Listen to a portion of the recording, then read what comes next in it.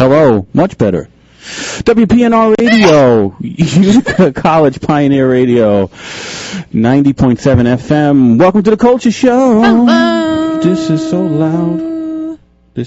Why is this so loud? Okay, this is better. Hi, everybody. Hello. Hi, Christina. Hello, Michael. Welcome back on a rainy Wednesday. I'm happy to be back.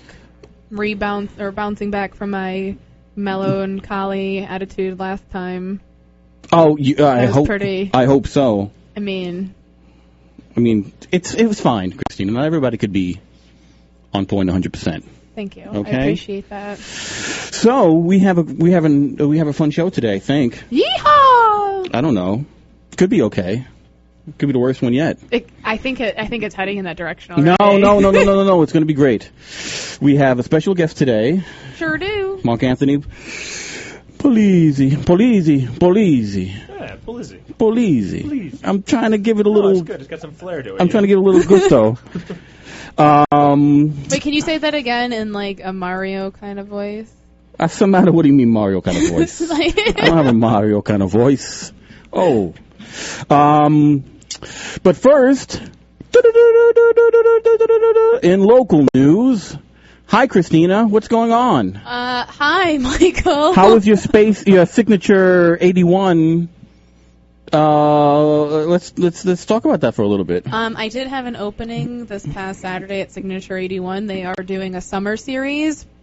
So they highlighted 3 artists this past the month of June, and I was one of the artists. And I had the opening this past Saturday. I was lucky enough to have Mr. Michael and Mr. Marc-Anthony be present. Yes. So thanks for the support, y'all. Yes. I have not heard of anyone buying anything, which means the show is a failure. No. It's not about money. Yes, it is. You communist. And she's her name is Crystal Murray. Crystal Murray is the owner of Signature 81, and she should be on our show next week. So that's a little spoiler. Very good. We're going to be talking about her new space that's going to be opening up in Clinton on the 4th of July. Fingers crossed for her. Yeah. And the exciting things that she has in store for local artists, craftsmen, women, yeah, crafts people. You got a big PC in this place for Pete's sake. So what else is going on? So with the June Summer Series, the next one is this Saturday, and it's featuring the drawings of Dawn Ferrara. Sorry, Dawn. I don't ever know how to say your last name. Dawn Ferrara. Spell it? I don't know. Farrar. There's a lot of A's and a lot of R's. All right. Please I'm just going to purr instead of saying Dawn purr. And what time is that going to That's happen? from 7 to 9 at Signature 81 on Kellogg Road in Washington Mills, right next to Packy's Pub. So if you are looking for something to do on a Saturday night, a little date night, a little art exposure. Please see some art. Go see that. I have been kind of scattering some flyers for the Pocket Exchange that the Upstate Flux is hosting, which Marc-Anthony could probably talk about in a bit. But if you see a bright blue flyer floating around at the Bagel Grove, at Delmonico's Coffee Shop, float wherever, grab it, participate in it, make some cool work, send it in. It's the best bargain in town. For $20, you get the work of 4 local artists. Not necessarily local. It could be international or national. Well, yeah, okay. So the hope is that this does expand with its online reachability. So yeah, the 4 national, international artists, and it's a fun thing. Yeah. And the deadline to submit is July 17th. Yep. Very good. Yep. Very good. Get on that. 4 by 6. Yes. Right? 4 inches by 6 inches by 1 inch. Yes. Okay. What else is going on? And that's all she wrote, sir. Oh, I think that maybe we should interject and interject? I don't know. We should introduce Marc-Anthony a little bit, because he's got a few shows coming up, and he's doing a lot with Upstate Flux, and I would love to hear a little bit about his initiatives and what he's doing for the arts and arts promotion in the Utica area. In the Utica area. And Michael's getting out his papers. Yeah, well, I'm going to do a little introduction. I'm going to get a little history of this man. This man about town. Can you do it in a British accent? This upstart. Marc-Anthony Polizzi was born in... That's not a British accent. What is that? It's a British accent. It's a British accent. An old Western man. In 1819. And he was born in 1874. 1874. He hails In from the Dust Utica. Bowl. He hails from Utica. He's been around the country twice. I didn't know you did your master's in. Why didn't I not remember that you did that in New Orleans? Probably never talked about it. Probably not. Yeah. I'm going to read a little bit from his. I'm going to read his statement that he has on his website as the introduction. Marc-Anthony Polizzi was born in 1983 in the post-industrial city of Utica, New York. He attended Pratt and Munson Williams Proctor Institute of Art, the New York State College of Ceramics at Alfred University, and received his master's in fine art from Tulane University in New Orleans. His education was punctuated by time spent as a traveling carny, factory brazier, video store clerk, Pasties. set designer, among other jobs. These diverse and happily demeaning experiences would later help shape his work.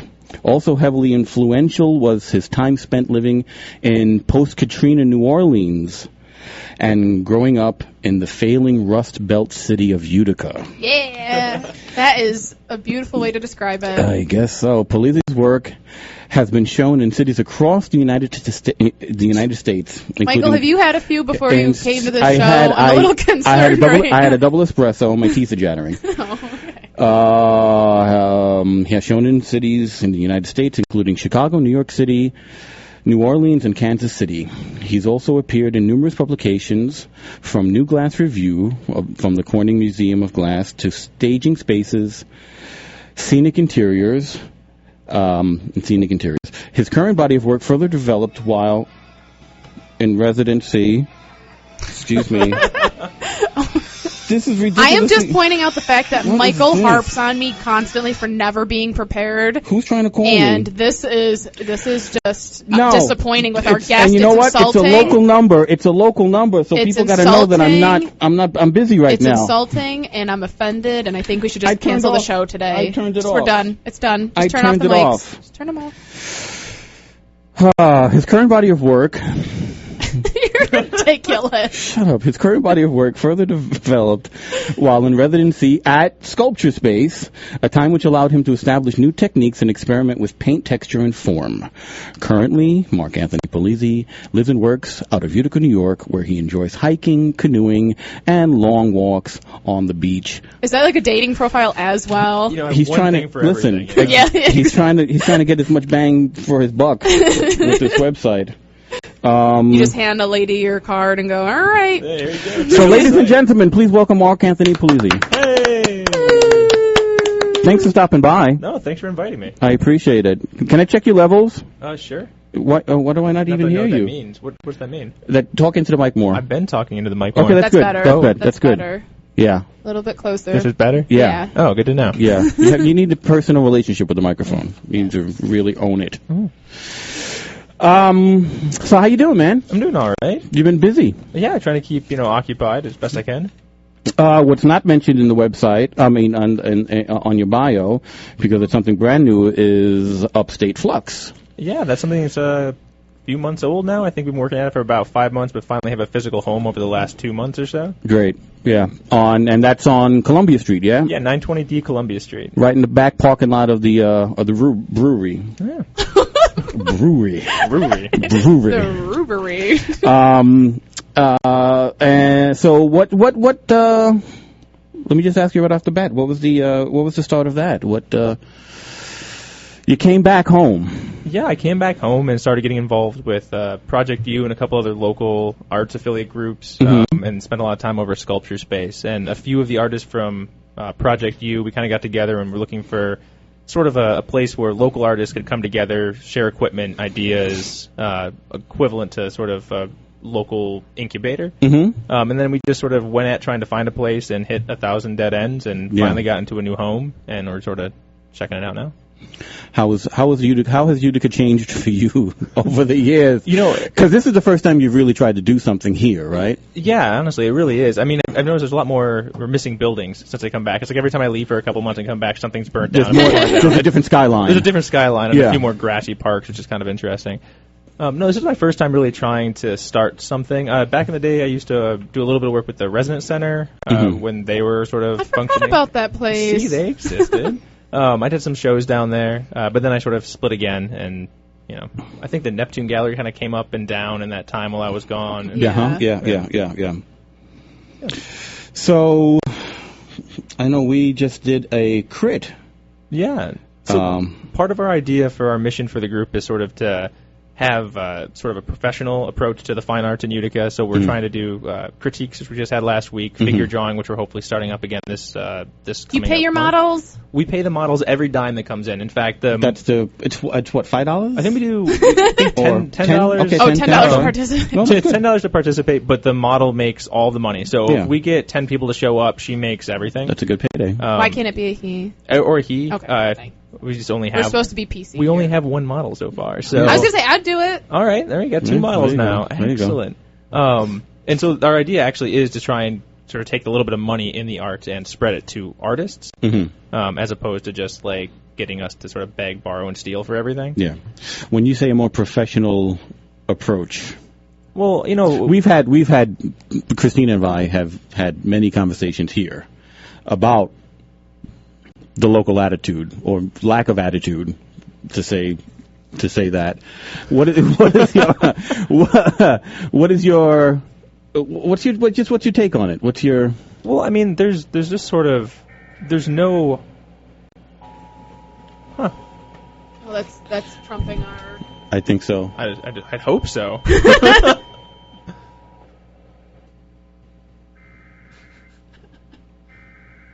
Is that the emergency broadcasting? Or is it just an awkward silence? I know. Well, I'm trying to figure out what. The National Weather Service in Albany has issued a flood warning for the Mohawk River at Delta Dam from this evening until late Friday night. At 7 p.m. Don't want that to Wednesday, flood. the stage was 551.4 feet. Flood stage is 551.5 feet. Minor flooding is forecast.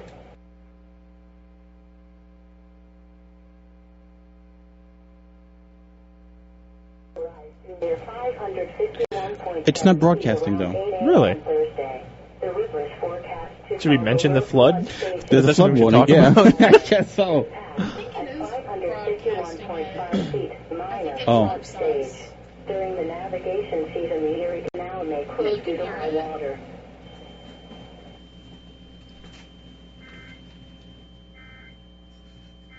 Okay. This is going to totally screw up my long walk on the beach. Yes, it is. Well, there's not going to be a beach left. That's the whole point. Or we're gonna have nice beachfront property. Ooh, nice beachfront property. Yeah. Ain't right in your living room.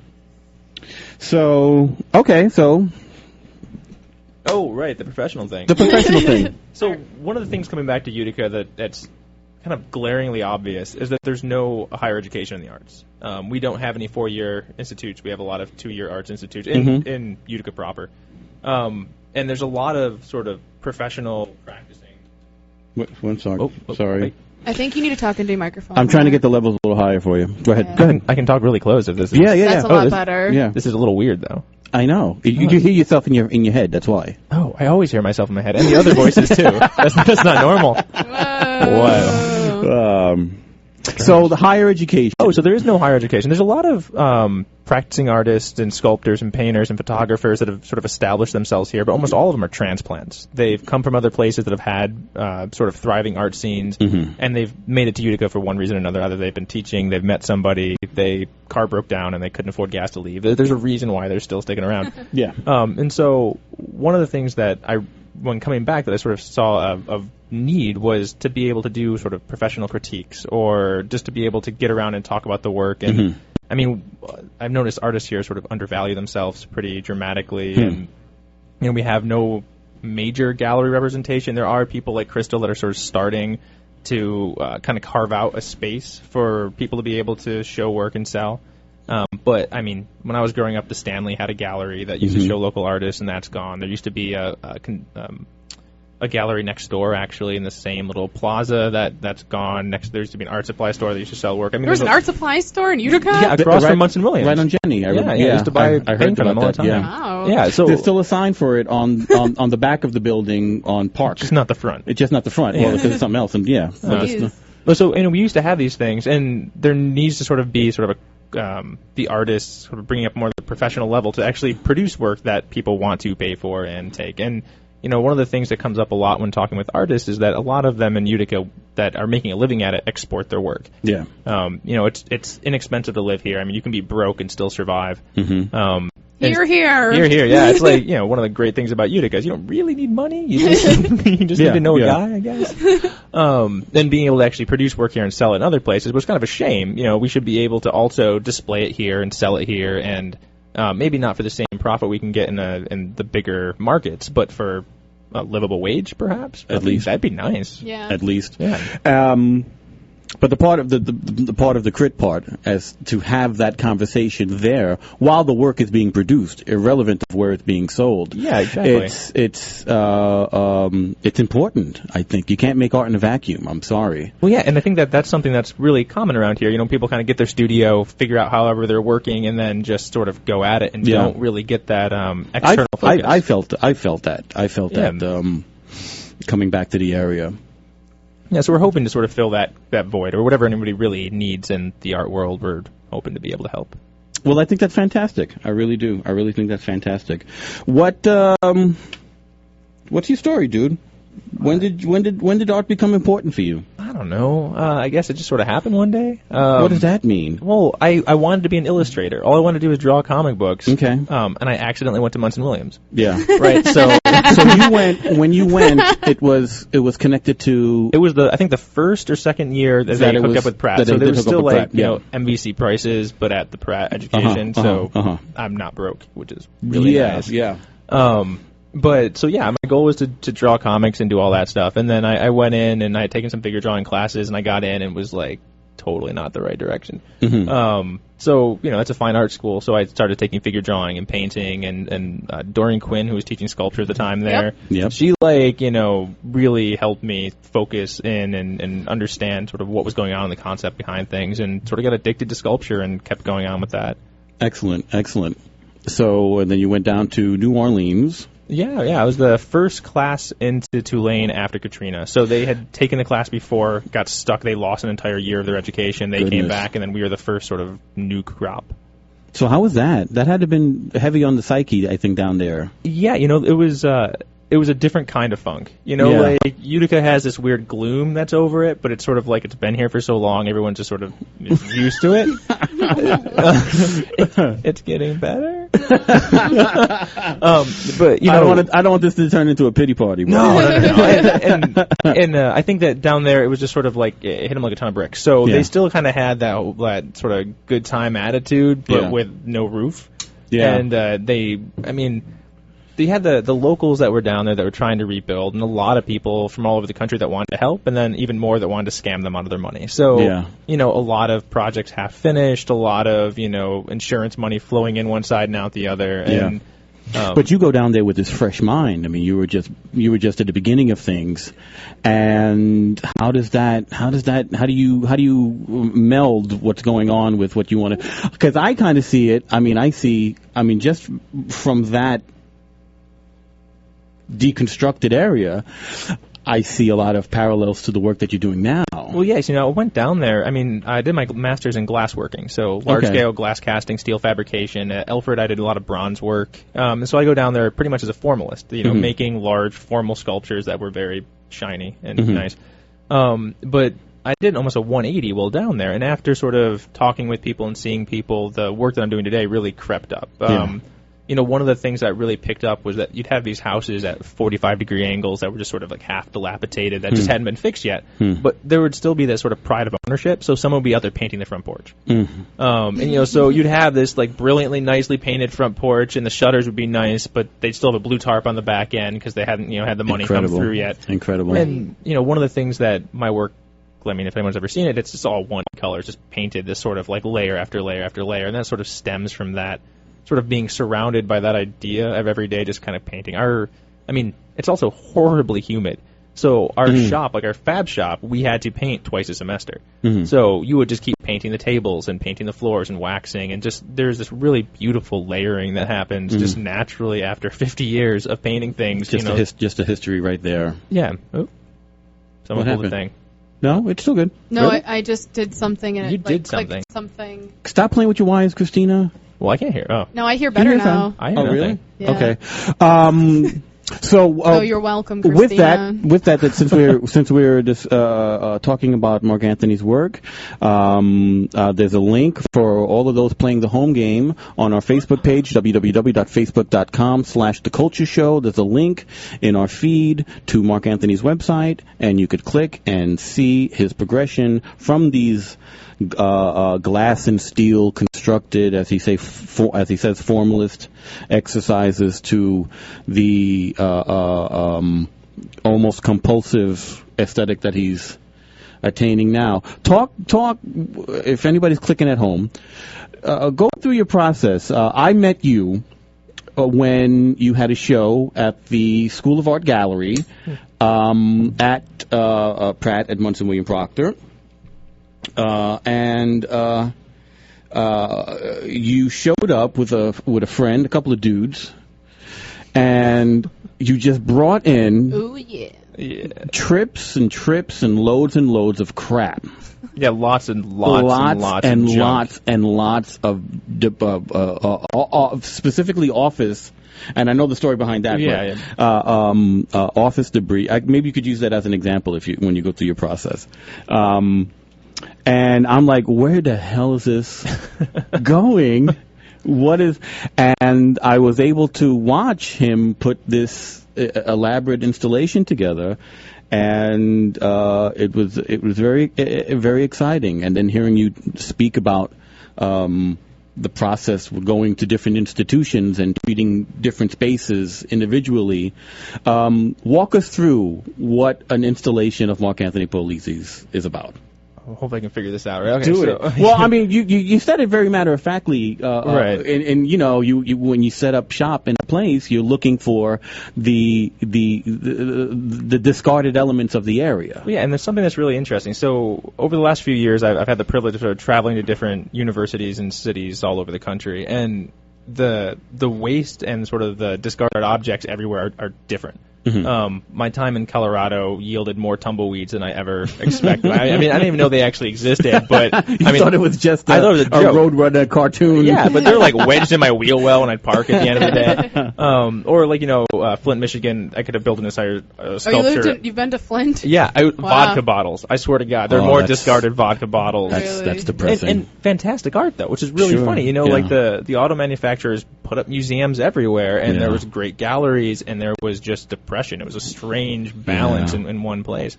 But so realistically, and normally I show up into a new city about a week ahead of the show with little to nothing. So I bring about a truckload worth of stuff, which is my oh crap, I'm running out of stuff pile. A lot of inflatables and light things that I can just kind of make something out of if I need be. But as of now, I've never had a problem of digging up usually between 1 and 2 tons of objects. So couches, beds, just random things. And it's gotten to the point now that when I'm going somewhere, I'll talk to the curators, and a lot of times people will bring me things. So I've got there's a curator. Actually, the curator in Flint gave me her mom's fake leg. Her mom didn't need any more. I think she passed. Her what? Her mother's fake leg. Her fake leg? Oh, I thought you said bake or something. Oh, I'm bake or something. That sounds good. What are you baking? Her fake leg. But things. What did it smell like? It smelled. Somebody's smelling a fake leg. No, I did. It was wonderful. She wore beautiful perfume. She really on the end leg. of her. Well, it probably smelled bad without the perfume. Oh my Christmas sake. But so the goal is, you sort of amass these things. And the other thing, so I'm dealing with sort of just the stuff I can find, the shapes I can find, and the ideas. And then the other half of that's the space. So every gallery is unique, and there's a million ways to configure a space. And so my idea is to use the objects in sort of almost a formalist approach in the space to create an environment.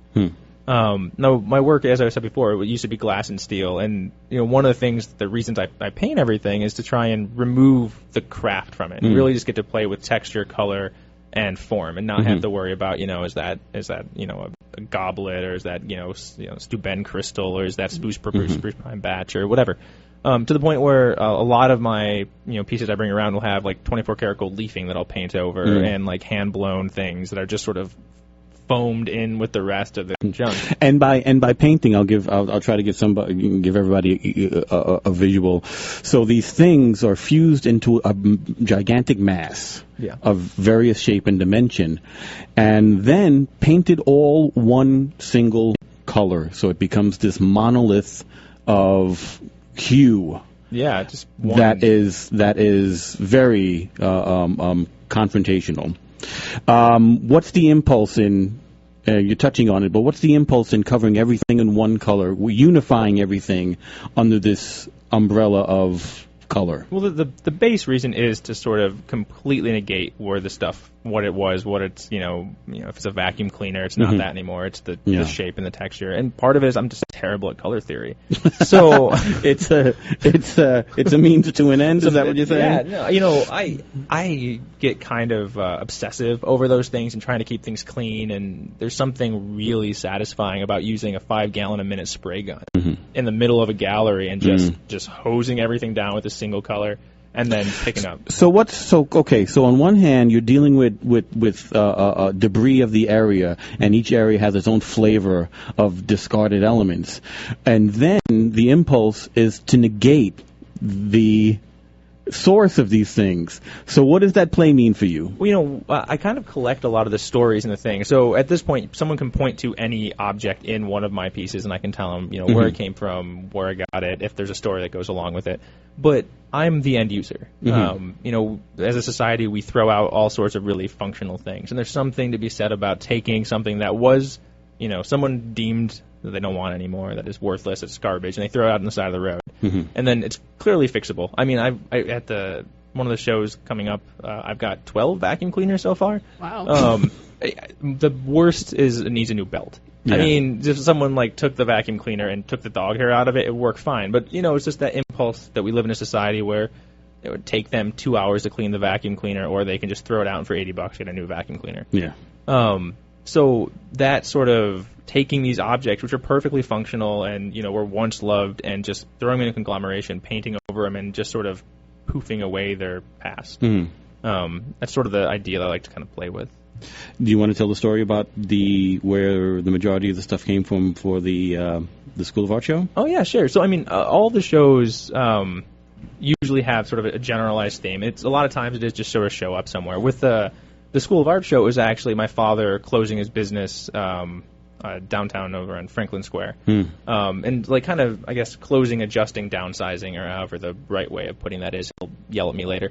And, he had moved his business, I think, 3 times prior. And this is a place where you Where's Franklin Square? Oh, Genesee Street and Oriskany Boulevard. Kind of. Okay. Yeah. So it's like Bag Square area, too? Yeah, right before, when you're on the Munson side of that, there's Franklin Square, that little area off to the left with a weird one-way street that everybody screws up. Yeah. Exactly, yeah. There used to be a bus stop there. Yeah, nice. He collected filing cabinets and things. And he's a lot like me, where sort of accumulate a lot of stuff. And, his business had expanded and contracted. So, one of the things was we were moving it out of that space and going to a much, much, much smaller space. And he just didn't need the 5 desks anymore and the dozen filing cabinets or any of those things. And so the entire sculpture at Munson Williams was created up out of just what was left over of his office. Which for me was, kind of a personal thing. It was kind of fun. And, there's that thing where my dad didn't want to get rid of any of those things. He wanted to take them and somehow get a storage unit, but he'd been literally just kind of, paying to hold on to these objects that weren't doing any good. They weren't going to do any good in the future, but it's really hard to let go. And one of the things that I get to do with my work is, with this, it was my dad, but be able to convince him that, they're not needed anymore. They're not, imbued with magic powers. And a lot of people will give up something that they really want because they feel like it's going to a better cause. And art is sort of that release for them, so they feel like it's not just going in the trash, it's not just going to be forgotten. It's a catharsis. I mean, it's not just going to be discarded. It's going to be imbued, however temporarily, with a different with substance. And it goes out in a blaze of glory. And exactly. Then it lives on forever in photo form, and that filing cabinet that was rusted on the left side with 4 magnets on it in the bottom drawer that didn't open, it's now, part of a pillar in this sort of beautiful structure. So I really appreciated the personal aspect of these things that came out of your father. But I'm appreciating, I think, more even now, a comment on the town, on Utica, on this downsizing, on this moving, on this sustainability, on how businesses are having it has its own separate narrative. Yeah, I mean, that's the fun thing about my work is it's sort of it looks a lot the same, right? A lot of my friends give me hell for having a gimmick. I go through it, paint one thing, one color, and move on. But they're all craftspeople, so they like gimmicks. But one of the ththings I've been trying to do is sort of build a language and a toolbox that I can use to explore different ideas and different concepts. Utica's got a lot of stuff to explore that, when you talk, my work is pretty much piles of trash. And this is a place where you can get piles of trash that have an amazing history. Yeah. Go ahead, please. Your color scheme is very specific. Typically, like the piece that we keep talking about is like a bright magenta. What makes you go down these paths with these bright, kind of colors? Because they're not subdued. They're very they're saturated. There's practical reasons. The bright saturated matte colors they give you the best shadows, the best depth, the best look of the piece. But on the same note, there's something to be said about making. The piece at Munson weighed in at about 2,300 pounds. I had to bring a lot of it to the recycling center afterwards, which was awesome. The recycling center paid more than Munson. Yeah, I'm sure. It was amazing. I'm sure. Absolutely. Absolutely. So it was fantastic. But there's a lot of weight. And often, in fact, that might be one of the first ones that's actually just mounted on the floor. Usually they're mounted on the wall above people's heads. So you have, 1 to 2 tons of materials mounted on your head. And if it's too visually heavy, it just freaks people out. But when you paint them these like really bright colors, they almost float away. Yeah. But then each of the colors often, sometimes they have a little bit more meaning, sometimes they don't. Purple for me is a royal color. Actually spending time in New Orleans, it's sort of like that, the Mardi Gras color, that party, that sort of royal. And there was something interesting, and I kind of found funny with painting something that was downsizing and just sort of falling apart that bright, happy, royalty color. And sometimes I've had shows where all the pieces were blue and it was sort of like a drowning theme, or just sometimes it's just the brightest ungodly color. I'm thinking about the drowning one and how, if anyone could imagine, it is one of these installations that are above your head, and there's a band of blue that goes around the adjacent walls that are again above your head, and you have that weight, or I would assume, not being in the space, it feels like you have that weight of being underwater, of having these things float above you, which I thought was interesting with the title. Well, it's often, you got the joy of the pleasure, but you got to see it from just a pile of random things in the bed of a truck to a finished sculpture. It was a joy, actually. But And one of the things is that most people never get that, and one of the biggest comments I get is like, how do you get that piece of foam in here? How do you get that that chunk of foam through the doors? And you're like, I just carried the couch, or I put pianos on the wall, and people are like, well, how did you carve that piano? I'm like, no, I just went and grabbed a piano and put it on the wall. So using these, they're ungodly heavy objects that usually take either multiple people or some really janky rope work to get them into place, and just sort of make them feel like they're floating, for me is really kind of happy. You have to really get into the structure of a lot of these places that whether or not they can handle the weight. I talked to a lot of architects and engineers for buildings, and they've been wrong twice. Okay. Once was in New Orleans, where they told me the wall was made out of X, Y, and Z, and the contractor skimped. So when we got into because I do exploratory surgery and bore into the wall to actually look, and got there, and everything they said was there wasn't there. Wow. Did you do that from a learning experience? Exploratory surgery. Have you had something fall apart on you? Yeah, I had a gallery once that swore to me up and down that it was a wood stud wall with plywood backer and all these things. Okay. And it was aluminum studs and like half-inch ply or drywall, so that wall wasn't there for very long. Wow. But that was the only real failure that I had on my end because I didn't know enough to sort of like double check ahead of time. Yeah. But actually, it turned out all right. Those are sort of the reasons why I sort of cut everything open, poke my head in, and look around first. That's funny. What's your? This is a loaded. No. What's your hope for the area? You touched it on a little bit with the crit, but I mean, we try not to be very depressing on this show. I think there's always strong undertones. We're trying to be positive. We think we're doing something. I mean, you're definitely doing something. There are people. Me and Michael's doing something, by the way, is talking about doing something and then forgetting about it like a week later, and then reminisce about it. Like, why didn't we do that? That's doing.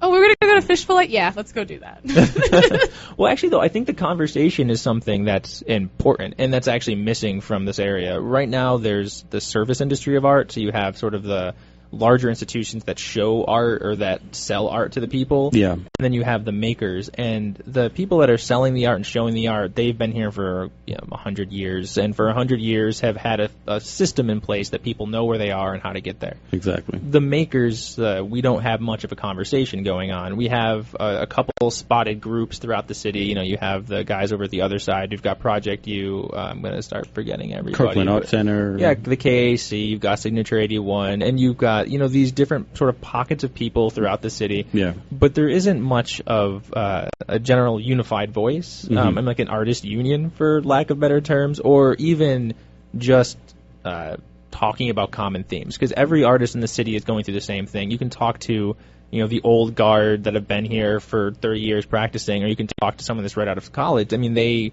we all have the same problem with finding places to sell, finding ways to show, shipping our work, producing. I mean, steel has gone up almost threefold since once I left school. Jeez. I mean, what I used to pay for a sheet of, I think, 14 gauge, it was like $40. Now it's like $120 or $130. Crazy. And, lumber's through the roof. All the materials we use in paint. A 5-gallon thing of paint. It's to the point where I have to start begging Do and they have borrowing. Lowe's coupons, 40% off, like Michael's store does? I have moved into every place I've ever shown. Like every state, I'm like, oh yeah, I'm moving here. Give me the 40% off coupon at the post office. And it's really rough. And one of the things we don't really talk about that as artists is the physical functioning survival part, which it really is a conversation I think that's starting to happen. And it wanes and it comes back and it goes out and it comes in and goes out because Utica hemorrhages a lot of people. So, you'll get people that are sort of going and working and then, they kind of feel like the forces are against them, when in reality it's just the forces aren't helping. Yeah. How do you educate the non-artists? Well, because that's how we're starting to feel that we're just kind of, we're in a whirlpool of not being able to get the word out to other people.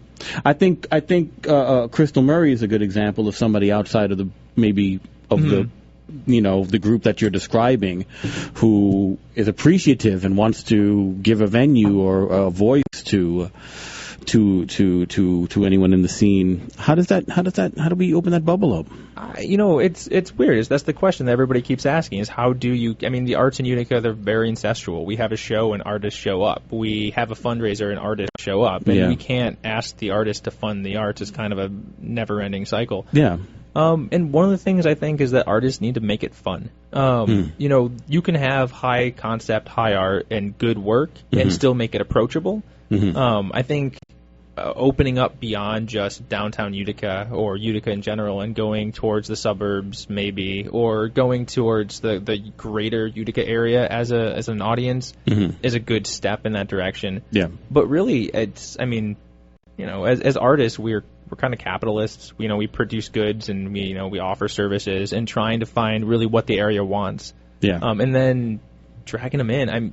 Most cities do it with alcohol. We were running the sip and paints. I think everything in Utica Utica is done with alcohol. Any successful venture has been alcohol fueled. Yeah, and I mean, honestly, it's not my thing, but it really works. And one of the things I've noticed, too, is that in most cities, the artists are organized enough to be able to swing a stick. Yeah. Either where I was in Kansas City, I mean, that's an extreme example, but their arts district grew so powerful they ran political candidates. That's fantastic. You know, they're able to, literally change the permitting structure in the arts district to allow artists to be able to, function better. Yeah.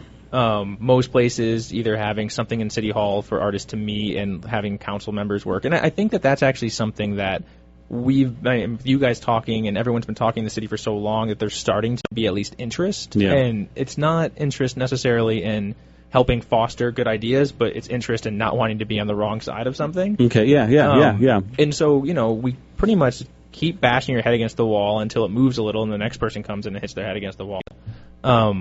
But somehow getting everyone from, Washington Mills and New Hartford and Clinton and Whitesboro there are people that want to purchase art. Yeah. Even our last opening, we had a few pieces sell, and, each time a few things sell, so that they're out there. It's just...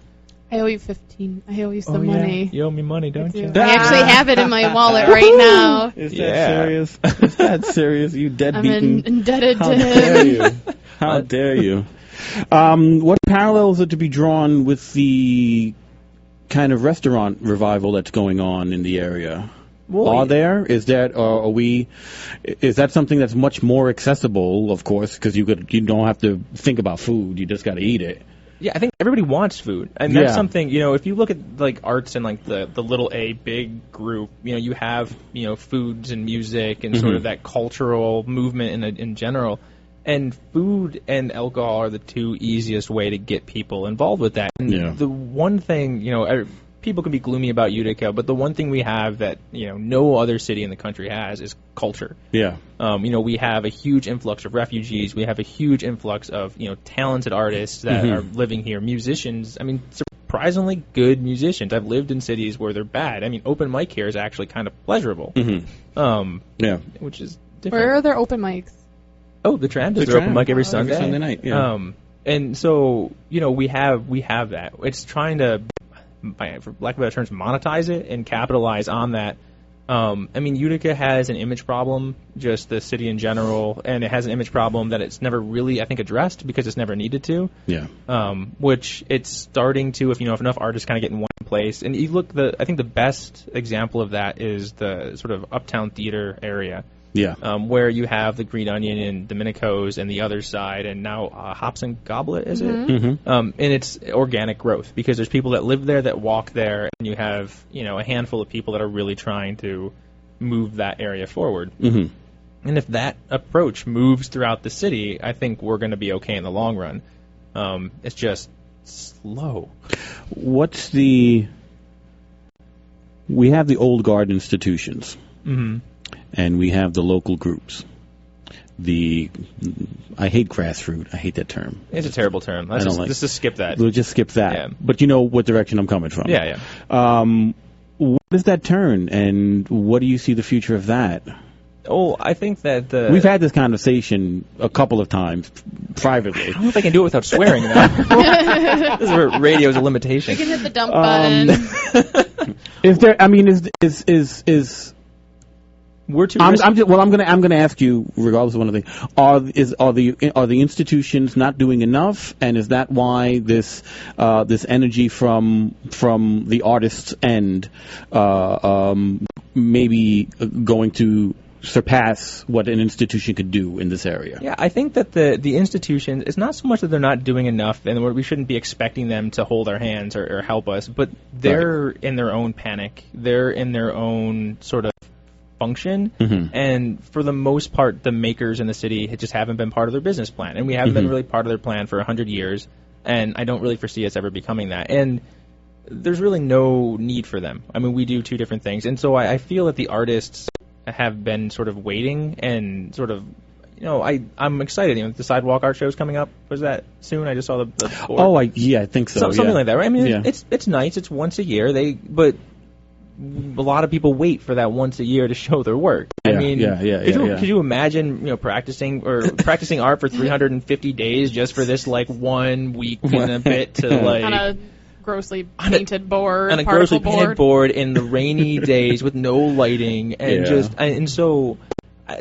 I think that it's just that they have no real idea of maker culture or artists in general, and that there's they're just not that helpful. You kind of sound a little hopeful. Yeah, well, okay, so eventually they'll either get with it or fail. Yeah. So you look at just on a top-down level, NEA funding's been cut dramatically, and it gets cut almost, every 5 years or so. So there's less grant funding. The grant funds that are out there are for community organization, and you see that with institutes like, say, Sculpture Space, who are tailoring with, Monica over there. They're tailoring their idea to be this international residency that also helps local artists. Yeah. They opened up their studio space, which is, a world-class studio in Utica to any local artist for 2 months over the winter. Yeah. Anybody can come in and use their table saw, 36-inch bandsaw, planer, studio. I mean, and that's something that's huge. Now, a lot of artists didn't necessarily take advantage of it. I didn't even know it. I didn't know that either. Well, and that's the thing. Is not that I use a table saw, but no, I didn't even know that they had that in place. Yeah, and that was actually one of the things is that you kind of like joke around talking as being what you guys do, but it's what nobody does because there's we're stuck trying to pay for rent, organize things, and get all this stuff together, and every institution in the city runs a skeleton crew. It's like if that person doesn't need to be there, they're just not there. The position is completely cut. And so we don't have a way of communicating these fantastic ideas. I'm sure that 90% of Utica has no idea what Signature 81 does and what Crystal's working there.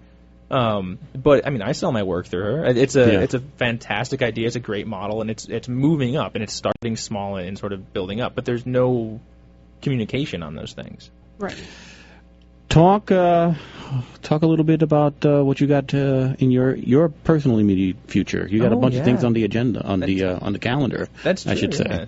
So July, it's a banner year. Banner year for Marc-Anthony Polizzi. Well, yeah. So see if I can get this right. I'm probably gonna get it backwards, but Friday, I believe, is July 10th. So the Friday, I've got a show opening up with Jared Beck, who's a current Sculpture Space resident. He just did some work at Socrates. He is incredibly tall and incredibly bearded. His beard is amazing. I just he's like Paul Bunyan. Yeah, he's a Paul Bunyan of art. Yeah. And so the two of us are doing a show at the KC opening on the 10th, I believe. And then I've got a solo show. Yeah, you should check that. Pull up my calendar. Pull up your calendar. Totally off all the time. I don't think it's the 10th. That's why. No, is it the 11th? Could be the 11th. No, I think it's the 10th. The 11th is a Friday. Oh, man, that's harsh. Okay, so the 11th. See, this is technology. So that would make the 12th. I have a solo show opening at the other side. Yes. Makes sense. So, yeah, that would make sense. So the KAC and then the other side. And then personally, I've got work going out to a show in New Jersey and some other proposals. Where in Jersey? Oh, southern Jersey, along the Delaware. Okay. I can't remember the name of the city. It begins with an L. Okay. I've got it written down. But so, as we were talking before, you really have to export your work. Yeah, the other side has a track record of being able to actually sell work out for their opening. They're able to actually make their artists money, which is fantastic.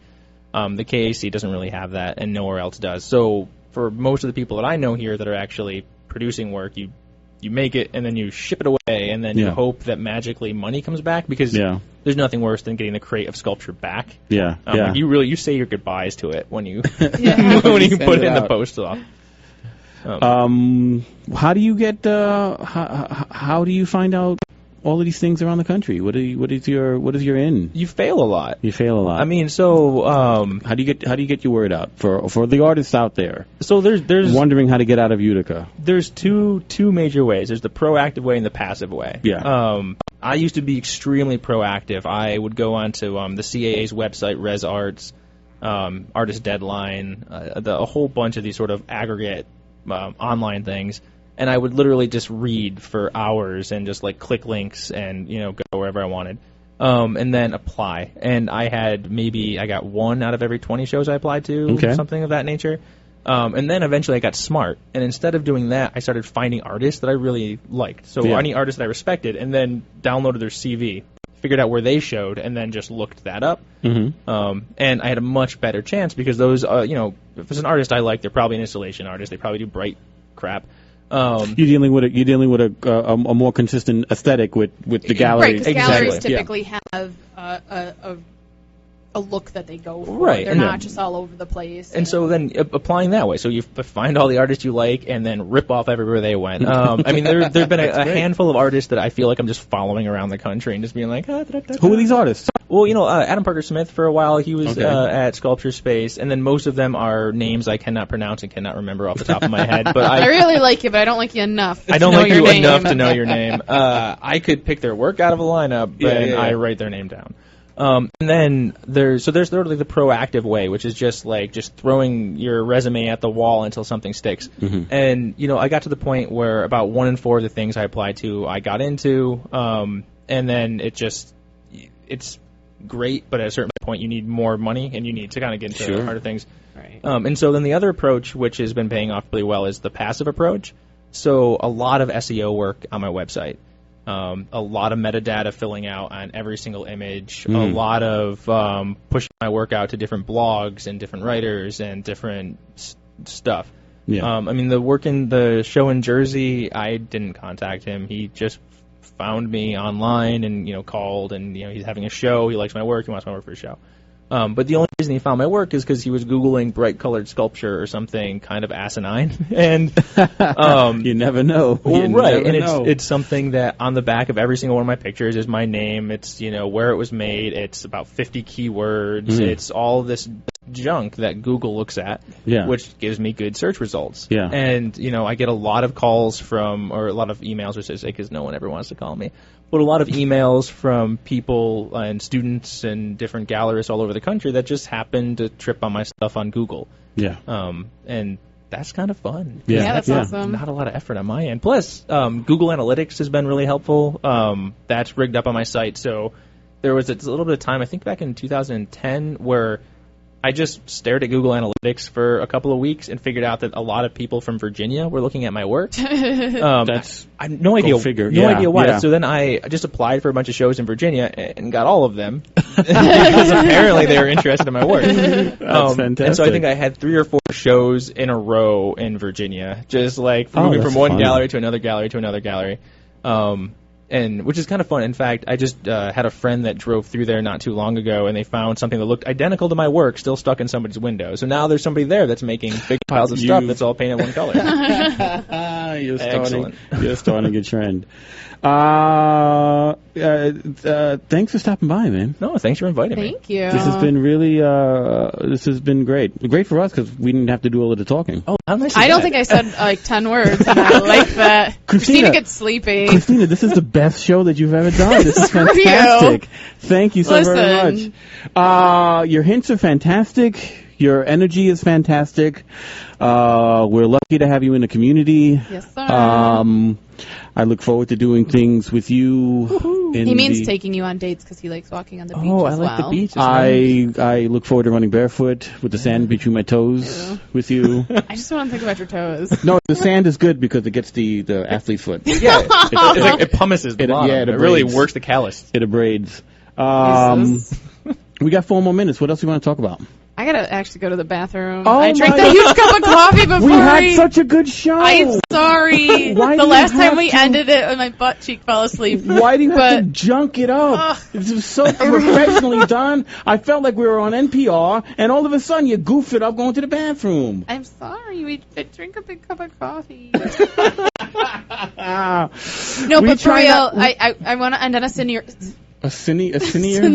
note. See, we try not to take it too seriously. Yeah, no, understandable. Well, what you said before about having this kind of austere art culture kind of that keeps people away, intimidates people. No, that's junk. It's artists are the goofiest people on the planet. Everyone needs to pee. Everyone needs to pee. And everyone's butt cheek falls asleep once in a while. No, Really? no, that's not a thing. That's not a thing. That is too much. You stretch it out. You have a What do circular. you mean you stretch? You stand up. You walk. You have a circulatory problem. That's I exactly think I what you need have. compression socks. I don't That's know the what moral you of need. that story. I don't know what you need, but you need to not talk If about it anyone on wants the to radio. donate a pair of compression socks, maybe find some on the road. Oh, I'm sure I can dig you something up. Can you please send them my way? Can you try to leave on a sincere note, please? I was kind of going off of what Michael said, and it's just it's showing appreciation for what you're doing and how you're, I think, changing the voice of how artists and having a hub and having a space that artists can feel, connected to without it being, too kitschy. I think that's really important, that you can have a fine art, aesthetic, and it's not scary. It can be fun. It's interactive. There's artists here, and you're exposing them. I just think it's fantastic, and I'm just, being gushy because I just appreciate you being here, Mr. Thanks. Mr. Great One. And to keep the conversation alive, I look forward to the next crit. It was something that I haven't done since college. Yeah, it's been a long time for me too. And it's I think it's desperately needed, and I really did. I decided that. I'm never doing photos again, and I'm going to just draw. Don't be snarky. I was just teasing. Don't be snarky. You should bring your drawings next time, though. You should, or something. Maybe I'll bring my paintings. Okay. Ooh, paintings. Check out the links, everything that we've talked about on our Facebook page, www.facebook.com/thecultureshow. Check out Marc-Anthony Polizzi's work, www.mapolizzi.com. Man, I got that off the top of my head. That was pretty good. That wasn't that complicated. Shut up. Name. I mean, come on. You couldn't remember it. Yeah, I can. Can you spell his last name? Polizzi. That's impressive. Well, it's not that impressive. I barely get it right. Excellent. Thank you, Marc-Anthony. See you soon. Thank you, Christina, for not Michael. talking too much. Oh, screw you. This has been The Culture Show. WPNR. Radio 90.7 FM, Utica College Pioneer Radio, the voice of the pioneers. Goodbye, everybody. Bye. Where's my mouse? Clicky.